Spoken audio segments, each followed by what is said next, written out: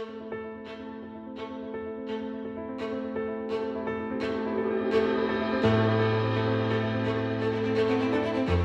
opened in October 2021, and it was all sort of, backs against the wall. We had to sort of very big borrow and steal to set up, and we found ourselves into a position after such an incredible response by sort of local people, and obviously earning a Michelin star so soon as well.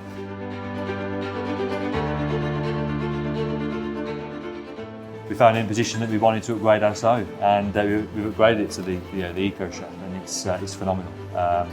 More so, it's just so efficient. It's just so efficient. It matches our cooking style, and the old one we were very much working with that. We had to make it work for us, and this just makes our life a hell of a lot easier. The inductions are incredible on it. Our pans, work so efficiently, and I couldn't be happier, to be fair. The style of it as well, and the setup. It's a lot slimmer.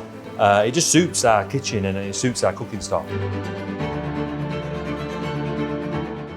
We're actually saving £500 a month on our energy bills, which is it's quite miraculous given the fact that we haven't just swapped like for like.